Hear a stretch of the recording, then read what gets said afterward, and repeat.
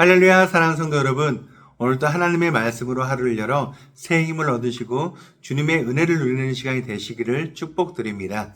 오늘 우리가 함께 보실 말씀은요, 느헤미야 8장 10절 말씀입니다. 느헤미야가 또 그들에게 이르기를 너희는 가서 살찐 것을 먹고 단 것을 마시되 준비하지 못한 자에게는 나누어 주라. 이날은 우리 주의 성일이니 근심하지 말라. 여호와로 인하여 기뻐하는 것이 너희의 힘이니라 하고. 사랑하는 성도 여러분, 우리는 흔히 내 눈앞에 있는 이 커다란 생활의 이 문제만 해결이 되면은 참 좋겠다. 이 힘든 상황만 해결되면은 튼튼하게 다시 쌓아 올려지면 내 삶에는 진짜 평안이 찾아오겠지라고 생각을 하곤 합니다. 하지만 우리의 실제 영적인 현실은요, 그리 간단하지가 않아요. 눈앞에 있는 큰 산을 하나 넘어가면은 생각지도 못했던 내면의 갈등과 아픔이 겉으로 터져 나오기도 하고, 또 사방에서 우리를 무너뜨리려고 찾아오는 영적인 공격들이 우리의 숨통을 조여오기도 합니다. 오늘 우리가 함께 살펴볼 구약 성경의 유다 백성들 또한 이와 같이 팍팍하고 힘겨운 현실 속에 있었습니다.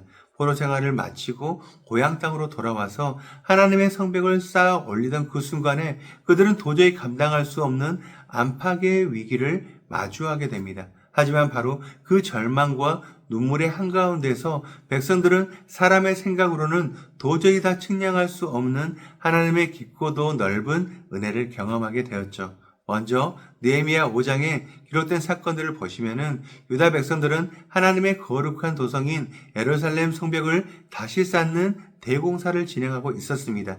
하지만 이 귀한 사명을 감당하는 중에 공동체 내부에 아주 심각하고 뼈아픈 생계의 위기가 터져 나오게 되었습니다. 당시 유다 땅에는 아주 지독한 흉년이 계속되고 있었어요. 먹고 살 양식이 너무나 부족해지게 되자 당장 하루 한 끼를 때우는 것조차 힘겨운 처지가 되어버렸습니다.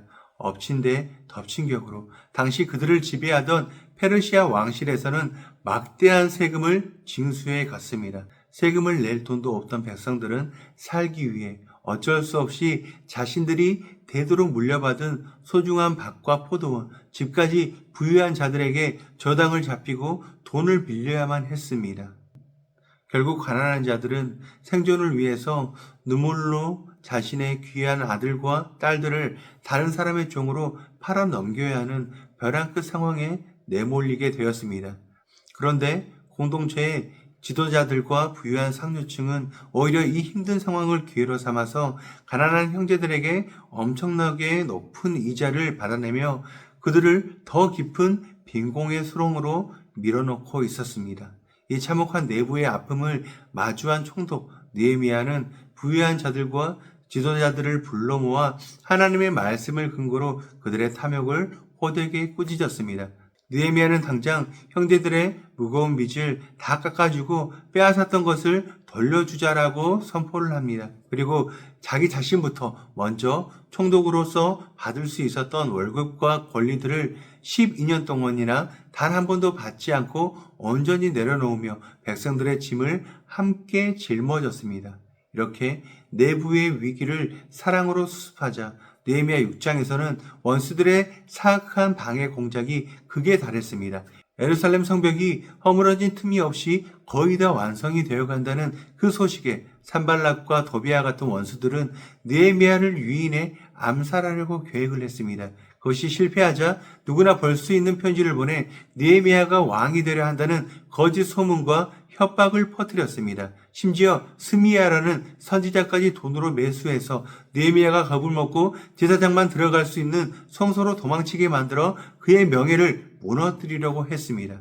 하지만 느헤미야는 인간적인 두려움에 사로잡혀 타협하지 않았습니다. 오직 하나님께 모든 억울함을 기도로 맡겨드리고 묵묵히 사명의 길을 걸었습니다. 그 결과 52일 만에 성벽을 완공하는 기적을 이루게 되었습니다. 성벽이 완성된 후에 7장에서 느헤미야는 텅 빈 예루살렘 도성을 채우기 위해 1차 귀한 자들의 명단을 사사시 조사하여 백성들을 안전하게 배치했습니다. 그리고 마침내 8장에 이르러 외형적인 성벽 공사를 넘어선 진짜 영적인 대부흥이 일어나게 됩니다. 성벽 건물에 안주하지도 않고 백성들은 누가 시키지도 않았는데 수문학 광장으로 몰려들었습니다. 그들은 학사 에스라에게 하나님의 율법책을 가져와 읽어달라고 갈급하며 외쳤습니다. 에스라가 말씀을 낭독하고 그 뜻을 백성들의 언어로 쉽게 풀어주자 광장 전체가 통곡과 회개의 눈물바다로 변했습니다. 화려한 종교 의식이 아니라 살아있는 말씀에 대한 깊은 깨달음이 그들을 완전히 뒤집어 놓은 것입니다. 느헤미야와 에스라는 우는 백성들에게 오늘은 거룩한 성일이니 슬퍼하지 말고 기쁨으로 음식을 먹고 굶주린 이웃과 나누라고 권면을 합니다. 진리 대신 주님의 말씀이 그들의 심령 가운데 온전히 임하게 되었을 때 비로소 무너지지 않는 영적 부흥이 완성이 된 것입니다. 오늘 이 생생한 말씀 앞에 우리의 일상을 가만히 비춰보길 원합니다. 우리 사랑하는 성도님들 중에서 무너져버린 경제적 상황 때문에 매일 밤 한숨 가운데 잠을 제대로 못 주무시는 분이 계십니까? 마음을 터놓을 곳 하나 없어서 관계의 단절과 외로움 속에서 가슴을 쥐어짜며 아파하시는 분이 있으십니까? 겉으로는 아무 문제 없어 보이지만 내면 깊은 곳에 들려오는 스스로를 향한 자책과 영적인 침체 때문에 깊은 어둠 속을 헤매고 있으신 분이 계시지는 않으십니까? 우리는 너무나 연약해서 작은 바람에도 쉽게 흔들리지만 오늘 본문을 통해 들려주시는 하나님의 무조건적인 은혜와 영적 원리를 붙잡는다면 우리는 능히 일어설 수 있습니다. 오늘 하루 우리가 살아갈 그 평범한 일상의 자리에서 우리는 어떤 적용을 하며 살아가야 할까요? 첫 번째입니다. 하루를 시작할 때 두려운 내 현실의 성벽보다 나를 살리는 하나님의 말씀을 가장 먼저 마주합니다. 우리는 아침에 눈을 뜨자마자 우리 눈앞에 있는 여러 가지 문제들을 먼저 떠올리거나 아니면 뉴스를 보고 한숨을 쉬고 내게 상처를 준 사람들의 말을 다시 한번 곱씹으면서 마음의 어려움을 경험하고는 합니다. 하지만 유다 백성들이 자신의 무너진 삶을 뒤로하고 수문학 광장으로 먼저 달려갔던 것을 기억하시길 바랍니다. 불안이 밀려올 때 단 한 구절이라도 좋으니 성경을 펴서 생명이 되신 예수 그리스도의 음성에 귀를 기울이시길 바라요. 내가 너를 사랑한단다. 내가 너와 함께한다는 그 말씀이 우리의 영혼에 부딪혀 깨닫게 될 때 우리 안의 두려움은 씻겨 내려가고 환경을 뛰어넘는 기쁨이 우리 가운데 솟아나게 될 것입니다. 그 말씀 한 구절이 오늘 하루 우리를 버티게 하는 가장 강력한 힘이 될 것입니다. 두 번째입니다.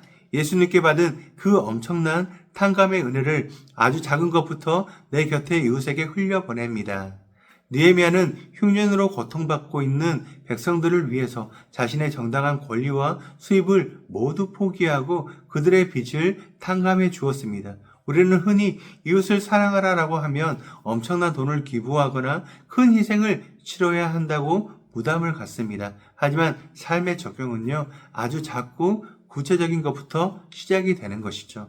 오늘 직장에서 유난히 지쳐 보이는 동료에게 따뜻한 커피를 한 잔 건네는 것, 늘 짜증만 내는 그런 사람에게 먼저 다가가 사랑의 마음을 전달하는 것, 나에게 작은 실수를 한 사람을 십자가의 마음을 통해서 너그럽게 용서해 주는 것이 바로 그 사랑과 은혜를 흘려보내는 일입니다. 예수님이 십자가에서 나의 끔찍한 죄악과 영원한 사망의 빚을 조건 없이 다 갚아주셨다는 그 사실을 진짜로 믿는다면 우리도 오늘 하루 내 곁에 있는 사람들에게 그 은혜를 따뜻하게 흘려보낼 수가 있습니다. 마지막 세 번째입니다.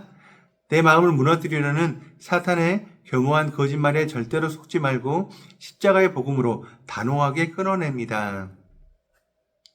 우리의 일상 속에서 사단은 마치 산발라처럼 끊임없이 우리를 찾아와 속삭입니다. 너의 꼴을 봐라. 하나님이 너를 정말 사랑한다면 너의 삶이 왜 그 모양이겠니? 너는 실패자야. 이번 일도 절대 잘 안 풀릴 거야. 이런 거짓된 소리들이 내면에 들려오게 될 때 인간적인 두려움에 빠져 타협하거나 우울한 그 마음 가운데 동굴 속으로 도망치지 마시길 바랍니다. 심리학적으로 말하는 내 안에 가혹한 정죄자의 목소리가 아니라 십자가에서 나를 위해 피 흘리신 선한 목자의 음성에 우리는 집중해야 합니다. 사단의 거짓말이 들릴 때마다 나사렛 예수 그리스도의 이름으로 단호하게 끊어내시길 바랍니다.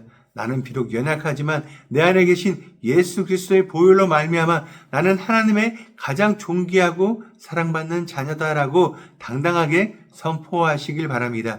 이 무조건적인 십자가의 사랑과 측량할 수 없는 은혜가 오늘 하루 우리 사랑하는 성도님들의 모든 무너진 삶의 자리를 든든하게 다시 세우고 세상에 줄 수 없는 참된 평안으로 가득 채워주시기를 주 예수 그리스도의 이름으로 간절히 축원드립니다. 우리 함께 기도하시겠습니다.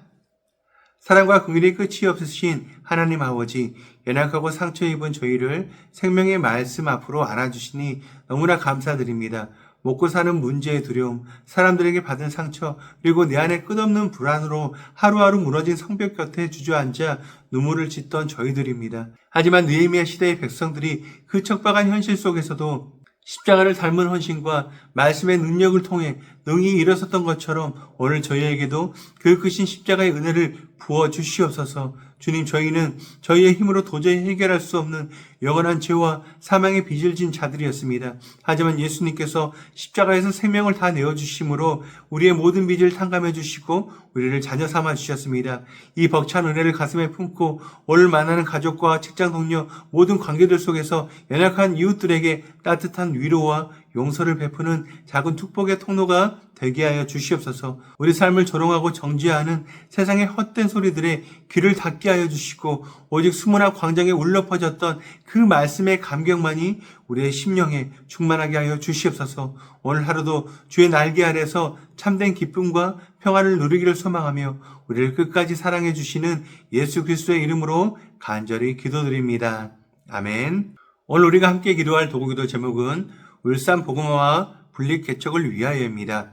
첫 번째, 울산 복음화를 위하여 영혼을 사랑하는 마음과 뜨거운 열정으로 전도하는 선한 이웃 우리 교회가 되어 울산 복음화를 위해 귀하게 쓰임받는 우리 교회가 되도록 기도하시기 바랍니다. 두 번째, 분립 개척을 위하여 말씀과 복음의 본질을 추구하는 작은 교회들이 지역에 많이 세워져 세상의 빛과 소금의 역할을 잘 감당할 수 있도록 기도하시기 바랍니다. 이어서 육신의 질병으로 고통받고 있는 교회 식구들, 경제적 어려움을 겪는 식구들, 타지와 타국에 있는 식구들, 우리 교회 다음 세대를 위해서 기도하시고 또 나라와 민족을 위해서 한국교회와 세계선교를 위해서 기도하시기 바랍니다. 그리고 우리 담임 목사님께서 상반기 안식년 기간 동안 주님 안에서 온전한 힘을 얻으시고 영육이 강건해지는 시간이 될 수 있도록 기도하시기 바랍니다. 끝으로 오늘도 주님과 깊이 교제하시는 하루가 되길 소망하며 각자의 기도 제목을 놓고 기도하시겠습니다.